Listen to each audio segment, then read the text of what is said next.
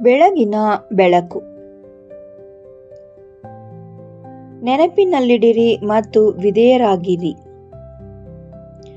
ಅರಣ್ಯಕಾಂಡ 15ನೇ ಅಧ್ಯಾಯವು ಮೊದಲ ನೋಟಕ್ಕೆ ಪ್ರತ್ಯೇಕವಾಗಿ ಕಾಣುವ ಆದರೆ ಪರಸ್ಪರ ನಿಕಟ ಸಂಬಂಧ ಹೊಂದಿರುವ ಎರಡು ಘಟನೆಗಳೊಂದಿಗೆ ಮುಕ್ತಾಯಗೊಳ್ಳುತ್ತದೆ.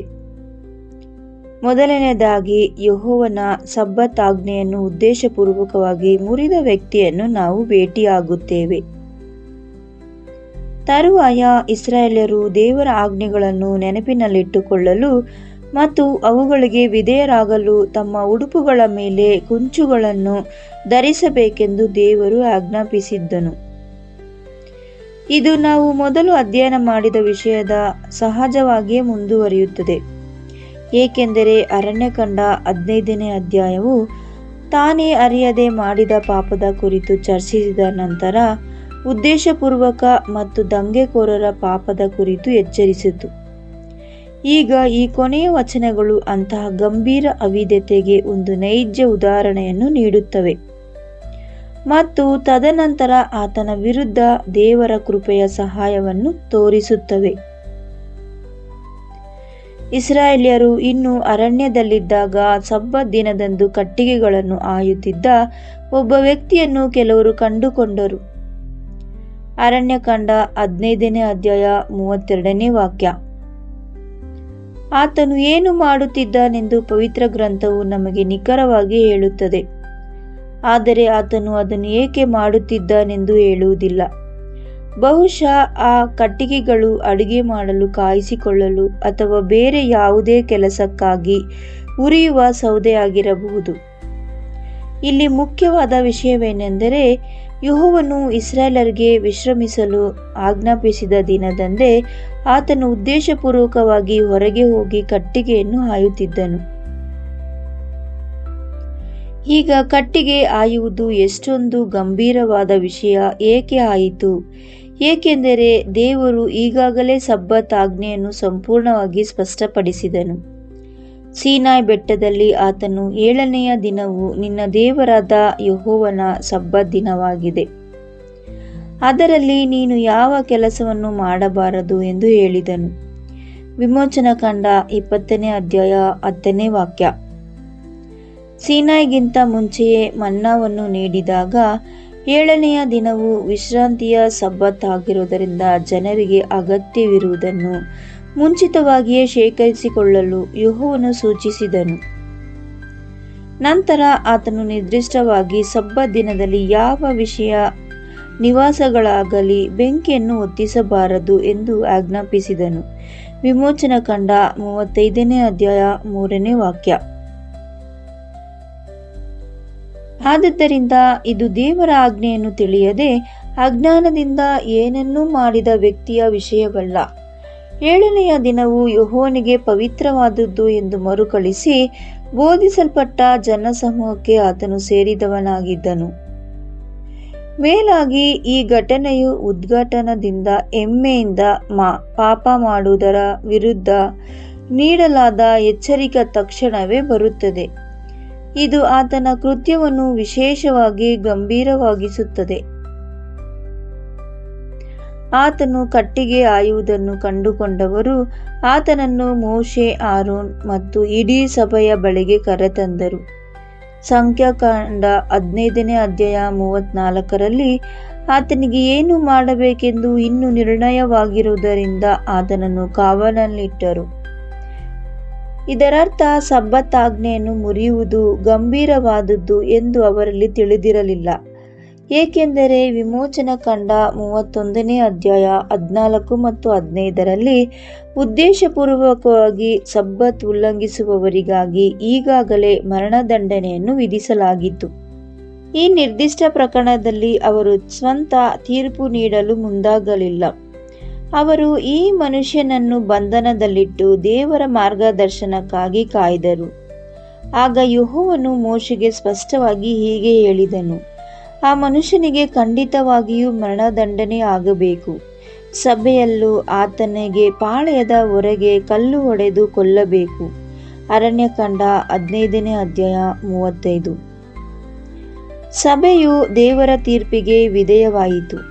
ಇದರ ತೀವ್ರತೆಯು ಯೆಹೋವನು ತನ್ನ ಒಡಂಬಡಿಕೆಯ ಆಜ್ಞೆಯ ಮೇಲಿನ ಉದ್ದೇಶಪೂರ್ವಕ ತಿರಸ್ಕಾರವನ್ನು ಎಷ್ಟು ಗಂಭೀರವಾಗಿ ಪರಿಗಣಿಸುತ್ತಾನೆಂಬುದನ್ನು ತೋರಿಸುತ್ತದೆ. ಇದು ಕೇವಲ ಕೆಲವು ಒಣಕಡ್ಡಿಗಳನ್ನು ಆವರಿಸುವ ಸಣ್ಣ ವಿಷಯವಾಗಿರಲಿಲ್ಲ. ಇದು ತಮ್ಮನ್ನು ವಿಮೋಚಿಸಿದ ದೇವರ ವಾಕ್ಯದ ವಿರುದ್ಧ ಮಾಡಿದ ಬಹಿರಂಗ, ತಿಳಿದೇ ಮಾಡಿದ ದ್ರೋಹವಾಗಿತ್ತು. ಶತಮಾನಗಳ ನಂತರ ಕ್ರಿಸ್ತನು ಬಂದಾಗ ಕೆಲವು ಯಹೂದಿ ಧಾರ್ಮಿಕ ಮುಖಂಡರು ಆತನ ಮೇಲೆ ಸಬ್ಬತ್ ದಿನದ ನಿಯಮವನ್ನು ಮುರಿದರು ಎಂದು ಆರೋಪಿಸುತ್ತಿದ್ದರು. ಆದರೆ ನಾವು ಸಬ್ಬತ್ ದಿನದ ಅದರ ವ್ಯಾಖ್ಯಾನವನ್ನು ದೇವರ ಧರ್ಮಶಾಸ್ತ್ರದಿಂದ ಎಚ್ಚರಿಕೆಯಿಂದ ಪ್ರತ್ಯೇಕಿಸಬೇಕು. ಕ್ರಿಸ್ತನು ಅರಣ್ಯಕಾಂಡ 15ರಲ್ಲಿ ಮನುಷ್ಯರಂತೆ ನಡೆಯಲಿಲ್ಲ. ಆ ಮನುಷ್ಯನು ಯೆಹೋವನ ಆಜ್ಞೆಗೆ ವಿರೋಧವಾಗಿ ನಿಷೇಧಿಸ ಕೆಲಸವನ್ನು ತಿಳಿದೇ ಮಾಡಿದನು. ಆದರೆ ಕ್ರಿಸ್ತನು ಕಾಯಿಲೆಯುಳ್ಳವರನ್ನು ಗುಣಪಡಿಸಿದನು, ಕರುಣೆಯನ್ನು ತೋರಿಸಿದನು ಮತ್ತು ಪ್ರಾಣ ರಕ್ಷಣೆ ಹಾಗೂ ಅಗತ್ಯವಿದ್ದದ ನಿಯಮ ಸಂಬಂಧ ಕಾರ್ಯಗಳನ್ನು ಸಮರ್ಥಿಸಿದನು. ಆತನ ಶಿಷ್ಯರು ಹಸಿವಿನಿಂದಾಗ ತೆನೆಗಳನ್ನು ಮುರಿದು ತಿಂದಾಗ ಸಬ್ಬತ್ ದಿನದಂದು ಮಾಡಬಾರದೆಂದು ಮಾಡುತ್ತಿದ್ದಾರೆ ಎಂದು ಫರಿಸಾಯರು ಅವರ ಮೇಲೆ ಆರೋಪಿಸಿದರು. ಮತ್ತಾಯ 12ನೇ ಅಧ್ಯಾಯ 1 ಮತ್ತು 8ನೇ ವಾಕ್ಯ. ಕ್ರಿಸ್ತನು ಅವರಿಗೆ ಪವಿತ್ರ ಗ್ರಂಥದಲ್ಲಿ ಉತ್ತರಿಸುತ್ತಾ, ಸಬ್ಬತ್ ದಿನದಂದು ಒಳ್ಳೆಯದನ್ನು ಮಾಡುವುದು ಸೂಕ್ತವೋ ಅಥವಾ ಕೆಟ್ಟದ್ದನ್ನು ಮಾಡುವುದು ಸೂಕ್ತವೋ, ಪ್ರಾಣವನ್ನು ಉಳಿಸುವುದು ಸೂಕ್ತವೋ ಅಥವಾ ಕೊಲ್ಲುವುದು ಸೂಕ್ತವೋ ಎಂದು ಕೇಳಿದನು. ಮಾರ್ಕನು ಬರೆದ ಸುವಾರ್ತೆ 3ನೇ ಅಧ್ಯಾಯ 4ನೇ ವಾಕ್ಯ. ಕ್ರಿಸ್ತನು ತನ್ನ ತಂದೆಯ ಧರ್ಮಶಾಸ್ತ್ರದ ವಿರುದ್ಧ ದಂಗೆ ಏಳುತ್ತಿರಲಿಲ್ಲ. ಆತನು ಸಬ್ಬತ್ ದಿನದ ನಿಜವಾದ ಉದ್ದೇಶವನ್ನು ತಪ್ಪಾಗಿ ಅರ್ಥೈಸಿಕೊಂಡಿದ್ದ ಮಾನವ ನಿರ್ಮಿತ ವಾಕ್ಯಗಳನ್ನು ಬಯಲಿಗೆಳೆಯುತ್ತಿದ್ದರು. ಆತನೇ ಸ್ವತಃ ತನ್ನ ತಂದೆಯ ಆಜ್ಞೆಗಳನ್ನು ಕೈಕೊಂಡಿದ್ದೇನೆ ಎಂದು ಹೇಳಿದನು. ಯೋಹನ 15ನೇ ಅಧ್ಯಾಯ 10ನೇ ವಾಕ್ಯ. ಆದುದರಿಂದ ಅರಣ್ಯಕಾಂಡ 15ರ ಸಬ್ಬತ್ ಉಲ್ಲಂಘನ ಮತ್ತು ಗುಣಪಡಿಸುವ ಕ್ರಿಸ್ತನ ನಡುವೆ ಸಂಪೂರ್ಣ ವ್ಯತ್ಯಾಸವಿದೆ. ಒಬ್ಬನು ತಿಳಿದೇ ದಂಗೆ ಎದ್ದರೆ ಇನ್ನೊಬ್ಬನು ಪರಿಪೂರ್ಣ ವಿಧೇಯತೆಯಲ್ಲಿ ನಿಂತಿದ್ದಾನೆ. ಸಬ್ಬತ್ ಉಲ್ಲಂಘನ ಮರಣದ ತಕ್ಷಣವೇ ಯೆಹೋವನು ಇಸ್ರಾಯೇಲರಿಗೆ ಇನ್ನೊಂದು ಆಜ್ಞೆಯನ್ನು ನೀಡಿದನು. ಆತನು ಮೋಶೆಗೆ, ಇಸ್ರಾಯೇಲ್ ಮಕ್ಕಳಿಗೆ ಹೀಗೆ ಹೇಳು, ಅವರು ತಮ್ಮ ತಲೆಮಾರುಗಳುದ್ದಕ್ಕೂ ತಮ್ಮ ಹೊದಿಕೆಗಳ ಮೂಲೆಗಳಲ್ಲಿಯೂ ಕುಚ್ಚುಗಳನ್ನು ಮಾಡಿಕೊಳ್ಳಲು ಮತ್ತು ಮೂಲೆಗಳ ಕುಚ್ಚುಗಳಲ್ಲಿ ನೀಲಿ ನೂಲನ್ನು ಹಾಕಬೇಕು ಎಂದು ಹೇಳಿದನು. ಅರಣ್ಯಕಾಂಡ 15ನೇ ಅಧ್ಯಾಯ 38ನೇ ವಾಕ್ಯ. ಈ ಕುಚ್ಚುಗಳು ಕೇವಲ ಅಲಂಕಾರಕ್ಕಾಗಿ ಅಲ್ಲ. ದೇವರ ಆಜ್ಞೆ ತಕ್ಷಣವೇ ಅದರ ನಂತರ ದೇವರು ಇಡೀ ಜನರಿಗೆ ಅವರು ಸದಾ ನೋಡಬಹುದಾದ ಮತ್ತು ತಮ್ಮನ್ನು ವಿಧೇಯರಾಗಿರಿಸಲು ನೆನಪಿಸುವಂತಹ ಒಂದು ವಸ್ತುವನ್ನು ನೀಡಿದನು. ಮರೆವು ಸುಲಭವಾಗಿ ಅವಿಧೇಯತೆಗೆ ದಾರಿ ಮಾಡಿಕೊಡಬಹುದು ಮತ್ತು ಪದೇ ಪದೇ ಮಾಡುವ ಅವಿಧೇಯತೆಯು ನಿಧಾನವಾಗಿ ದಂಗೆಗಾಗಿ ಮಾರ್ಪಡಬಹುದು. ಆದುದರಿಂದ ದೇವರು ತನ್ನ ಕರುಣೆಯಿಂದ ಅವರ ಕಣ್ಣ ಮುಂದೆ ಇಡಲು ಒಂದು ದೃಶ್ಯ ನೆನಪನ್ನು ನೀಡಿದನು. ಆದರೆ ದೇವರು ಇಲ್ಲಿ ಇನ್ನೂ ಆಳವಾದ ಮಾತನ್ನು ಕೇಳುತ್ತಾನೆ. ಆ ಕುಚ್ಚುಗಳು ಇಸ್ರಾಯೇಲರಿಗೆ, ನಿಮ್ಮ ಸ್ವಂತ ಹೃದಯದ ಮತ್ತು ಕಣ್ಣುಗಳು ನಿಮ್ಮನ್ನು ಸೆಳೆಯುವ ಪರಸ್ತ್ರೀಗಮನದ ಹಾದಿಯನ್ನು ಹಿಡಿಯಬೇಡಿ ಎಂದು ನೆನಪಿಸುವುದಕ್ಕಾಗಿ ಇದ್ದವು. ಅರಣ್ಯಕಾಂಡ 15ನೇ ಅಧ್ಯಾಯ 39ನೇ ವಾಕ್ಯ. ಅವರ ನಿಜವಾದ ಸಮಸ್ಯೆ ಕೇವಲ ನೆನಪಿನ ಶಕ್ತಿ ಕಡಿಮೆಯಾಗಿದ್ದಷ್ಟೇ ಅಲ್ಲ, ಅವರ ಸ್ವಂತ ಹೃದಯ ಮತ್ತು ಕಣ್ಣುಗಳೇ ಅವರನ್ನು ಯೆಹೋವನಿಂದ ದೂರ ಸೆಳೆಯುವಂತಿದ್ದವು. ತಾವು ಯಾರ ಜನರ ಮತ್ತು ಯಾರ ಧ್ವನಿಗೆ ವಿಧೇಯರಾಗಿರಲು ಬದ್ಧರಾಗಿದ್ದಾರೆ ಎಂಬುದನ್ನು ಅವರು ಸದಾ ನೆನಪಿನಲ್ಲಿಟ್ಟುಕೊಳ್ಳಬೇಕಾಗಿತ್ತು.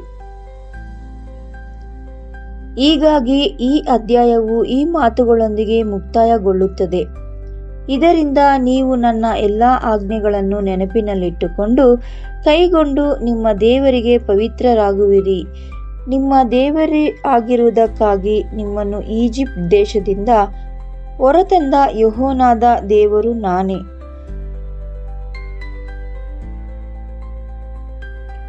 ದೇವರು ಇಸ್ರಾಯೇಲರನ್ನು ಹೇಗೆ ಅವರ ವಿಮೋಚನೆಯ ನೆನಪಿಗೆ ಮರಳಿ ತರುತ್ತಾನೆ ಎಂಬುದನ್ನು ಗಮನಿಸಿ ಆತನು ಅವರನ್ನು ಈಜಿಪ್ಟ್ನಿಂದ ಬಿಡಿಸಿದನು. ಆದುದರಿಂದ ಅವರು ಸಂಪೂರ್ಣವಾಗಿ ಆತನಿಗೆ ಸೇರಿದವರಾಗಿದ್ದರು. ಅವರ ವಿಮೋಚಕನಾದ ದೇವರನ್ನು ನೆನಪಿಸಿಕೊಳ್ಳುವುದರಿಂದ ಅವರ ವಿಧೇಯತೆಯು ಹೊರಹೊಮ್ಮಬೇಕಿತ್ತೇ ಹೊರತು ಅದು ಒಂದು ನಿರ್ಜೀವ ಕೃತ್ಯವಾಗಿರಲಿಲ್ಲ. ಸಬ್ಬತ್ ಆಜ್ಞೆ ಮತ್ತು ಈಗ ನೀಡಲಾದ ಈ ಕುಚ್ಚುಗಳು ಎರಡೂ ಇಸ್ರಾಯೇಲರನ್ನು ದೇವರ ಆಳ್ವಿಕೆಯಲ್ಲಿಡಿಸಲು ಮತ್ತು ತಮ್ಮನ್ನು ಈಜಿಪ್ಟ್ನಿಂದ ಹೊರತಂದ ದೇವರನ್ನು ನೆನಪಿನಲ್ಲಿಡಲು ಉದ್ದೇಶಿಸಲಾಗಿದ್ದವು. ಆದುದರಿಂದ ಅರಣ್ಯಕಾಂಡ 15ನೇ ಅಧ್ಯಾಯವು ಒಂದು ಶಕ್ತಿಶಾಲಿ ಘಟನಾವಳಿಯೊಂದಿಗೆ ಕೊನೆಗೊಳ್ಳುತ್ತದೆ. ಮೊದಲನೆಯದಾಗಿ ಆಜ್ಞೆ, ನಂತರ ಉದ್ದೇಶಪೂರ್ವಕ ಅವಿಧೇಯತೆ, ತರುವಾಯ ನ್ಯಾಯ ತೀರ್ಪು ಮತ್ತು ಕೊನೆಯದಾಗಿ ನೆನಪಿಸಿಕೊಂಡು ವಿಧೇಯರಾಗಲು ನೀಡಲಾದ ಒಂದು ದೃಶ್ಯ. ಕಟ್ಟಿಗೆಗಳನ್ನು ಆಯುತ್ತಿದ್ದ ವ್ಯಕ್ತಿಯು ದೇವರ ವಾಕ್ಯವನ್ನು ತಿಳಿದು ಆಲಕ್ಷಿಸುವುದು ಎಷ್ಟು ಗಂಭೀರವಾದುದು ಎಂಬುದನ್ನು ತೋರಿಸುತ್ತಾನೆ. ಇನ್ನು ಈ ಕುಚ್ಚುಗಳು ಯೆಹೋವನು ತನ್ನ ಜನರಿಗೆ ಕೃಪೆಯಿಂದ ನೀಡಿದ ನಂತರ ನೆನಪಿನ ಗುರುತಾಗಿದ್ದು ಆತನ ಆಜ್ಞೆಗಳು ಯಾವಾಗಲೂ ಅವರ ಕಣ್ಣ ಮುಂದೆ ಇರುವಂತೆ ಮಾಡುತ್ತವೆ. ನಾಳೆ ಯೆಹೋವನ ಚಿತ್ತವಿದ್ದರೆ ನಾವು ಈ ಕುಚ್ಚುಗಳು, ನೀಲಿ ದಾರ, ಅವುಗಳನ್ನು ಎಲ್ಲಿ ಮತ್ತು ಹೇಗೆ ಧರಿಸಲಾಗುತ್ತಿತ್ತು ಹಾಗೂ ಈ ಆಜ್ಞೆಯು ನಮಗೆ ಇನ್ನೂ ಹೆಚ್ಚಿನ ವಿವರಗಳಲ್ಲಿ ಏನನ್ನು ಕಲ್ಪಿಸುತ್ತದೆ ಎಂಬುದನ್ನು ಹತ್ತಿರದಿಂದ ತಿಳಿಯೋಣ. ಅವುಗಳ ಉದ್ದೇಶವನ್ನು ತಾನೇ ವಿವರಿಸುತ್ತಾ ನೀವು ಅದನ್ನು ನೋಡಿ ಯೆಹೋವನ ಸಮಸ್ತ ಆಜ್ಞೆಗಳನ್ನು ನೆನಪಿಗೆ ತಂದುಕೊಂಡು ಅವುಗಳನ್ನು ಕೈಕೊಳ್ಳುವಂತೆ ಆ ಕುಚ್ಚು ನಿಮಗಾಗಿರಬೇಕು ಎಂದನು. ಅರಣ್ಯಕಾಂಡ 15ನೇ ಅಧ್ಯಾಯ 39ನೇ ವಾಕ್ಯ. ಇಸ್ರಾಯೇಲ್ಯರು ಮೂಲೆಗಳಲ್ಲಿರುವ ಉಡುಪುಗಳನ್ನು ಧರಿಸುತ್ತಿದ್ದರು ಮತ್ತು ಈ ಮೂಲೆಗಳ ಮೇಲೆ ನೀಲಿ ದಾರವಿರುವ ಕುಚ್ಚುಗಳನ್ನು ನೀಡಲು ದೇವರಿಗೆ ಆಜ್ಞಾಪಿಸಿದನು. ತಮ್ಮ ಸಾಮಾನ್ಯ ಜೀವನವನ್ನು ನಡೆಸುವಾಗ ಈ ಕುಚ್ಚುಗಳು ತಾವು ಯೆಹೋವನಿಗೆ ಮತ್ತು ಆತನ ಆಜ್ಞೆಗಳಡಿ ಜೀವಿಸುವವರು ಎಂಬುದಕ್ಕೆ ದೃಶ್ಯ ಜ್ಞಾಪಕಗಳಾದವು. ಅವರು ನಡೆಯುವಾಗ, ಕೆಲಸ ಮಾಡುವಾಗ, ಪ್ರಯಾಣಿಸುವಾಗ ಅಥವಾ ತಮ್ಮ ದೈನಂದಿನ ವ್ಯವಹಾರಗಳಲ್ಲಿ ತೊಡಗಿಸಿದಾಗ ತಮ್ಮ ಬಟ್ಟೆಯ ಮೇಲೆಯೇ ಒಂದು ಶಾಂತವಾದ ನೆನಪೊಳೆಯನ್ನು ಒತ್ತುತ್ತಿದ್ದರು. ಯೆಹೋವನು ಹೇಳಿದ್ದನ್ನು ನೆನಪಿನಲ್ಲಿಡಿ. ಯೆಹೋವನು ಈ ಆಜ್ಞೆಯನ್ನು ಎಲ್ಲಿ ನೀಡಿದನು ಎಂಬುದನ್ನು ನಾವು ಗಮನಿಸಿದಾಗ ಇದು ಇನ್ನಷ್ಟು ಅರ್ಥಪೂರ್ಣವಾಗುತ್ತದೆ. ಒಬ್ಬ ಮನುಷ್ಯನು ತಿಳಿದೇ ಅಸಡ್ಡೆ ತೋರಿಸಿದ್ದಕ್ಕಾಗಿ ಮರಣ ಹೊಂದಿದ್ದನು. ದೇವರ ಆಜ್ಞೆ ತಕ್ಷಣವೇ ಅದರ ನಂತರ ದೇವರು ಇಡೀ ಜನರಿಗೆ ಅವರು ಸದಾ ನೋಡಬಹುದಾದ ಮತ್ತು ತಮ್ಮನ್ನು ವಿಧೇಯರಾಗಿಸಲು ನೆನಪಿಸುವಂತಹ ಒಂದು ವಸ್ತುವನ್ನು ನೀಡಿದನು. ಮರೆವು ಸುಲಭವಾಗಿ ಅವಿಧೇಯತೆಗೆ ದಾರಿ ಮಾಡಿಕೊಡಬಹುದು ಮತ್ತು ಪದೇ ಪದೇ ಮಾಡುವ ಅವಿಧೇಯತೆಯು ನಿಧಾನವಾಗಿ ದಂಗೆಯಾಗಿ ಮಾರ್ಪಡಬಹುದು.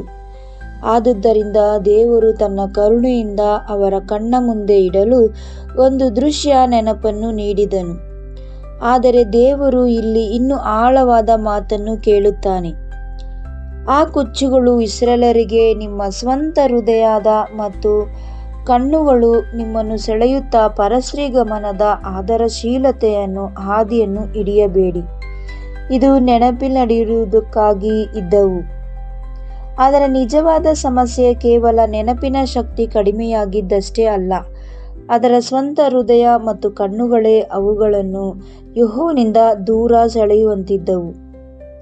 ತಾವು ಯಾರ ಜನರ ಮತ್ತು ಯಾರ ಧ್ವನಿಗೆ ವಿಧೇಯರಾಗಿರಲು ಬದ್ಧರಾಗಿದ್ದಾರೆ ಎಂಬುದನ್ನು ಅವರು ಸದಾ ನೆನಪಿನಲ್ಲಿಟ್ಟುಕೊಳ್ಳಬೇಕಾಗಿತ್ತು.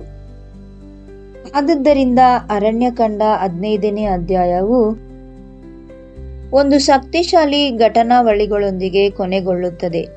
ಮೊದಲನೆಯದಾಗಿ ಆಜ್ಞೆ, ನಂತರ ಉದ್ದೇಶಪೂರ್ವಕ ಅವಿಧೇಯತೆ, ತರುವಾಯ ನ್ಯಾಯ ತೀರ್ಪು, ಶಿಕ್ಷೆ ಮತ್ತು ಕೊನೆಯದಾಗಿ ನೆನಪಿಸಿಕೊಂಡು ವಿಧೇಯರಾಗಲು ನೀಡಲಾದ ಒಂದು ದೃಶ್ಯ.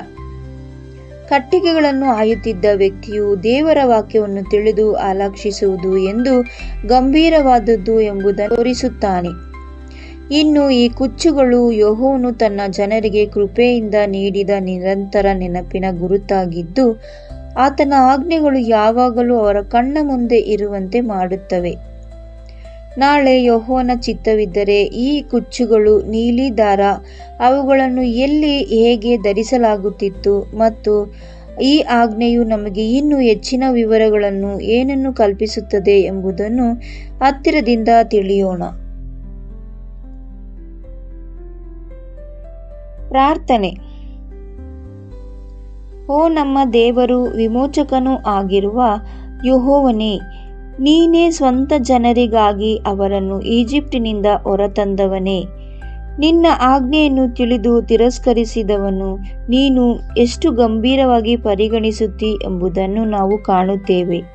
ನಮ್ಮ ಸ್ವಂತ ಹೃದಯದ ಅಲೆದಾಟವನ್ನು ಮತ್ತು ನಮ್ಮ ಸ್ವಂತ ಕಣ್ಣುಗಳ ಆಶೆಯನ್ನು ಅನುಸರಿಸದಂತೆ ನಮ್ಮನ್ನು ಕಾಯು. ಸಾಮಾನ್ಯ ದೈನಂದಿನ ಜೀವನದ ಮಧ್ಯೆಯೂ ನಾವು ನಿನ್ನ ವಾಕ್ಯವನ್ನು ನೆನಪಿಸಿಕೊಳ್ಳುವಂತೆ ನಮ್ಮ ಮುಂದೆ ನೆನಪಿನ ಕರುಹುಗಳನ್ನಿಡು. ನಮ್ಮ ವಿಧೇಯತೆ ಬರೀ ನಿರ್ಜೀವ ಕೃತ್ಯದಿಂದ ಹೊರಹೊಮ್ಮದೆ ನಮ್ಮನ್ನು ವಿಮೋಚಿಸಿದ ದೇವರನ್ನು ನೆನಪಿಸಿಕೊಳ್ಳುವುದರಿಂದ ಹೊರಹೊಮ್ಮಲಿ. ನಮ್ಮನ್ನು ನಿನಗಾಗಿ ಪವಿತ್ರಗೊಳಿಸು, ಏಕೆಂದರೆ ನೀನೇ ನಮ್ಮ ದೇವರಾದ ಯೆಹೋವನು ಮತ್ತು ನಾವು ಸಂಪೂರ್ಣವಾಗಿ ನಿನಗೆ ಸೇರಿದವರಾಗಿದ್ದೇವೆ. ಅಯ್ಯೋ, ನನ್ನ ನಡತೆಯು ನಿನ್ನ ನಿಯಮಗಳನ್ನು ಕೈಕೊಳ್ಳುವುದರಲ್ಲಿ ಸ್ಥಿರವಾಗಿದ್ದರೆ ಎಷ್ಟೋ ಲೇಸು. ಕೀರ್ತನೆಗಳು 119ನೇ ಅಧ್ಯಾಯ 5ನೇ ವಾಕ್ಯ. ಕ್ರಿಸ್ತನ ಹೆಸರಿನಲ್ಲಿ ಪ್ರಾರ್ಥಿಸುತ್ತೇವೆ ನಮ್ಮ ಪರಮ ತಂದೆಯೇ, ಆಮೇನ್.